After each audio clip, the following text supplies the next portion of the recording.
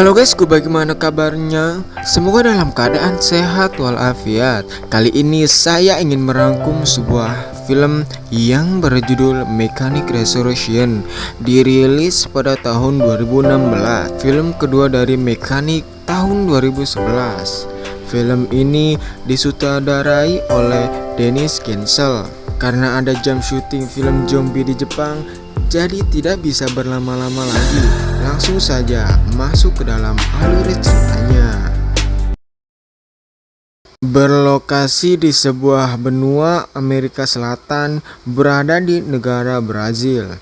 Di awal film kita diperlihatkan sosok pemeran utama yang bernama Bish. Saya berinformasi, Bish ini adalah pembunuh berdarah panas dingin yang sangat sadis, bahkan brutal untuk membunuh para targetnya. Bish ditemui oleh seorang wanita misterius. Wanita ini memberikan informasi bahwa Bish harus membunuh 3 orang sekaligus dan harus nampak seperti kecelakaan biasa. Jika tidak, maka Bish diancam akan dikeroyok oleh orang-orang yang sudah menunggunya sedari tadi. Berhubung Bish mempunyai kemampuan di atas manusia rata-rata lainnya, maka Bish dengan mudah melumpuhkan para penjaga tersebut.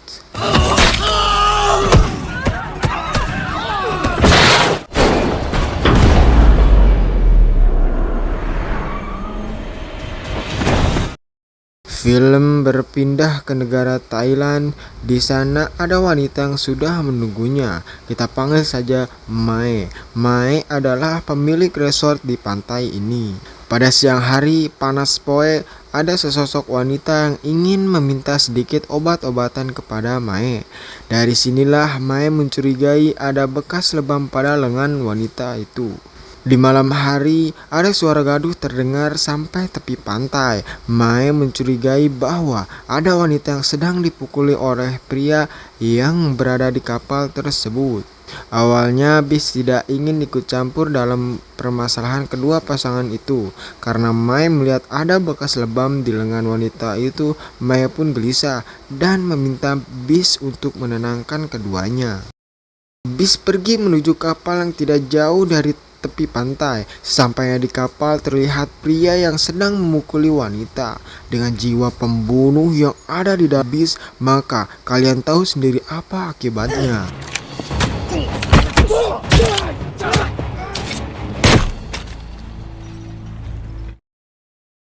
Pria itu pun tewas. Bish menghilangkan jejak agar tidak ada yang tahu keberadaan pria itu.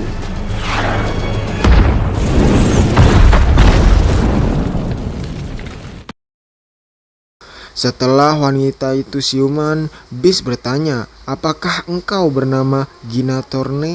Gina Thorne, American. Shira. Di sini, Bish terus mengajukan pertanyaan kepadanya. Diketahui bahwa wanita ini diancam oleh bos yang bernama Crane. Jika tidak ingin mengikutinya, maka anak-anak muridnya akan dibunuh. Di sini saya jelaskan bahwa Gina ini adalah seorang relawan yang ingin membantu mengajar di pedalaman desa yang sedang mengalami krisis perperangan di Kamboja yang akan mengakibatkan kurangnya pendidikan di usia dini. Bish menyadari bahwa dari kejauhan di tengah pantai ada beberapa orang yang sedang mengawasi pergerakan Gina. Terungkap fakta bahwa sejak dulu Bish remaja pernah dijual oleh orang tuanya pada gangster timur untuk pelatihan militer. Di sanalah awal Bish menemukan Crane. Pada saat itu Bish berhasil kabur dari gangster dan yang disalahkan atas perbuatan Bish mengakibatkan Crane dihukum. Maka sampai saat ini Crane masih mempunyai dendam padanya. Keesokan harinya, Bish dan Gina pun tertangkap oleh beberapa pasukan yang dikirim oleh Crane. Mr. Crane. Kemudian Sun pun dibawa ke markas bos Crane. Di sana, Bish diancam akan membunuh Gina jika ia tidak mau menurutinya. Bish pun menyetujui kesepakatan ini, kemudian langsung bergegas menuju alamat target yang pertama. Dijelaskan bahwa target ini bernama Krill. Krill adalah pelaku pembunuhan massal sekaligus panglima perang yang dipenjarakan di negara Malaysia. Penjara ini mustahil untuk masuk bagi orang biasa karena penjara ini berada di tengah-tengah laut seperti Nusa Kambangan yang berada di Indonesia. Penjara ini dikelilingi puluhan ikan hiu, maka mustahil untuk orang biasa masuk ke dalamnya. Tidak hanya brutal, sadis, Beast juga mempunyai kecerdasan untuk membuat strategi, bahkan merakit bom dari serbuk kimia. Beast menyamar sebagai tahanan yang sedang dicari oleh kepolisian. Dia pun dibawa langsung menuju penjara Neredev.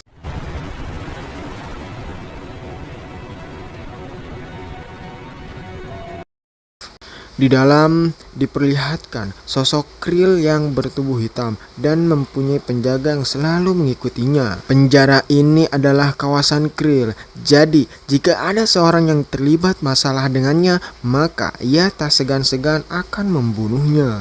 Dan ini panggil saja Black. Ia mempunyai dendam kepada Krill karena kejadian tempo hari.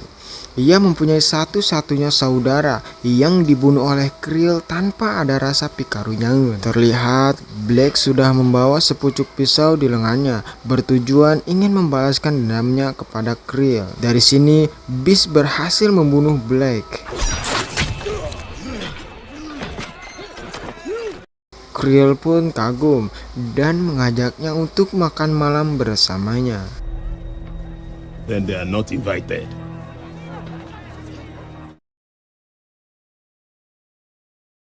Ketika sudah pada waktu yang tepat, Beast mencekik lehernya dengan tongkat, sekaligus meracuni minumannya dengan ramuan yang sudah dia persiapkan, agar para polisi tidak mencurigai bahwa ia adalah korban pembunuhan. Selang beberapa jam, para penjaga penjara mencari siapa pembunuh si Krill. Ketika para penjaga sibuk mencari pelaku pembunuhan, Beast meledakkan tembok penjara itu, kemudian terjun ke dalam air.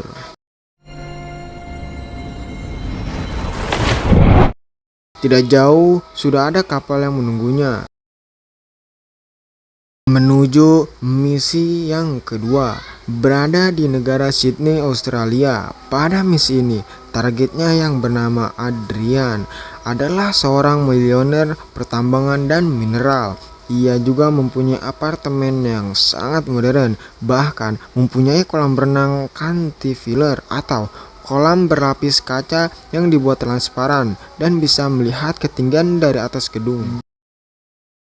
Beast merakit sebuah bahan kimia yang jika ditempelkan pada kaca maka akan memecahkan kaca dengan sangat cepat.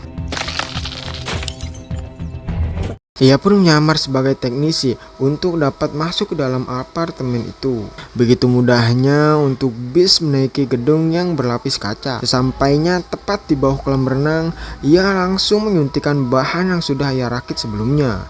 Kaca kolam renang itu pun pecah dalam hitungan detik. Adrian pun tewas jatuh dari ketinggian 190 meter. Ketika sudah berhasil, Beast diberikan kesempatan untuk video callan dengan Gina. Dengan cerdiknya, Gina memberitahu kapal yang sedang mereka tumpangi. Kemudian Beast melacak keberadaan kapal tersebut.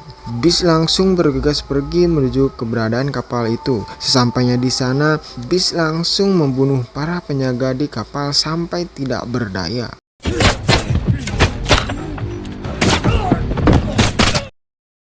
Karena kalah jumlah, Beast pun tertangkap. Karena mempunyai jiwa pembunuh, Beast begitu mudahnya lolos dan berhasil kabur dari kapal itu.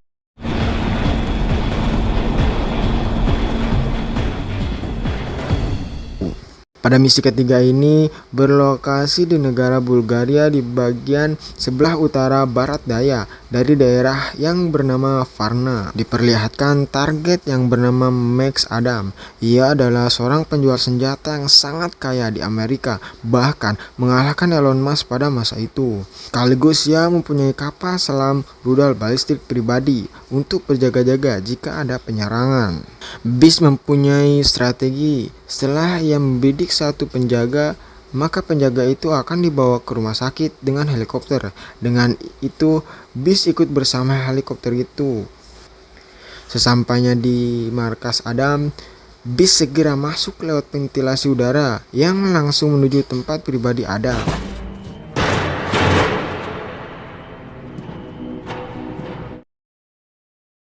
Ternyata Bis ingin bekerja sama dengan Adam untuk membunuh Crane. Sesudah bersepakat, mereka merencanakan sesuatu kejadian yang akan mengelabui Crane, di mana Adam menggunakan jembatan yang sudah dirakit, kemudian meledakkan jembatan tersebut sampai Adam jatuh ke dalam air.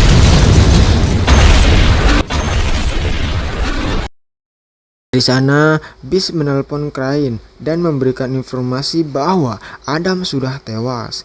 Karena Crane tidak ingin tertipu, ia ingin memastikan bahwa Adam sudah benar-benar tewas. Dan ternyata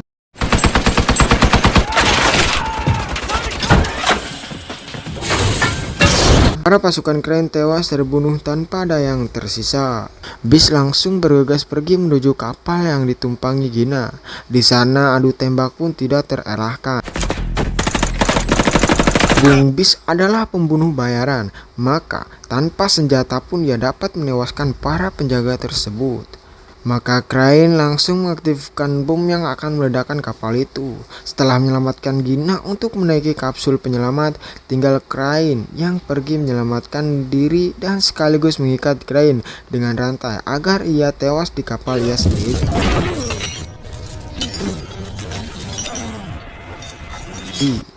Seperti pepatah mengatakan, senjata makan tuan. Tamat. Iya, semoga terhibur. Isi makna yang ada dalam film ini adalah usaha tidak akan mengecewakan hasil, yang berarti kalian harus berusaha sampai di mana titik akhirnya, maka kalian adalah orang-orang yang berhasil. Semoga terhibur. Saya doakan kalian selalu diberikan kesehatan dan rezeki yang berlimpah. Jangan lupa subscribe ya bos. Saya segenap pendiri FTT17 mohon dimaafkan bila masih ada kesalahan. Saya pamit undur diri. Assalamualaikum warahmatullahi wabarakatuh.